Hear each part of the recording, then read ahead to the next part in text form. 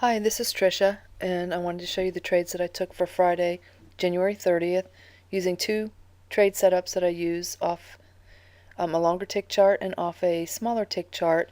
I require confirmation on 3 charts before taking entry, and conservative way to trade. You can check those out at www.easyemintrade.com. The first trade that I took was at about 10:28, and we had a scalp setup occurring. We have divergence on our indicator. We have the scalp trade setting up here, turning into a blue dot, and I hit a market order, and I got filled actually over here at 832.25. You can see we have price going sideways, indicator going down. That's divergence. So anyway, using my trail stop method,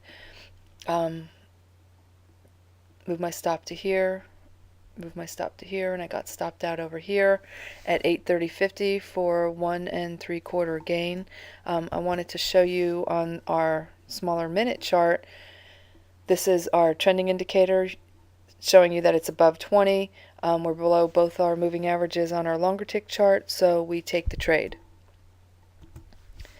This is a trade that I took at just about 116. Actually, it was 116 by the time I got filled. Price going sideways, indicator going down, so that's divergence. We had our scalp indicator setting up, so I got in short right over here on this bar. I got filled at 834.75, and I started to use my trail stop method. Stop, move to here, move to here. Then when I saw actually our bars getting smaller and smaller on our momentum on our scalp indicator, I decided just to hit a market order and get out, and I got out at 828.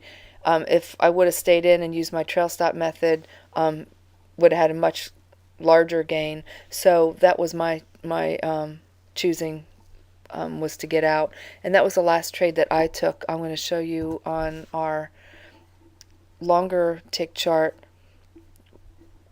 why I took this. The circled red bar was not quite complete when I got in the trade. It was almost complete, but obviously you don't know that at that time. But I took it because you could see the price came up and hit our moving average here above us. And as I've said before, usually what's going to happen is it's going to hit that, and then you're going to get a pullback, or if you're going higher, a bounce. So that was perfect. Hit that, came back down. So this is the bar that I actually entered in, closed just at the moving average, and so I took it. Our indicator here was not exactly how I like it to be, but I decided to take the chance just because this is really a strong indication that it is going to hit that as resistance and then come back down. So so I took that. Our trending indicator on our smaller minute chart is still above 20 on that last entry that I showed you. So everything else was in alignment to take that trade. So right here is the bar that was the entry was made on, this longer red bar here. So anyway, those are the two trades that I took today. Actually, and that was the last trade that I took, and then I left for the day.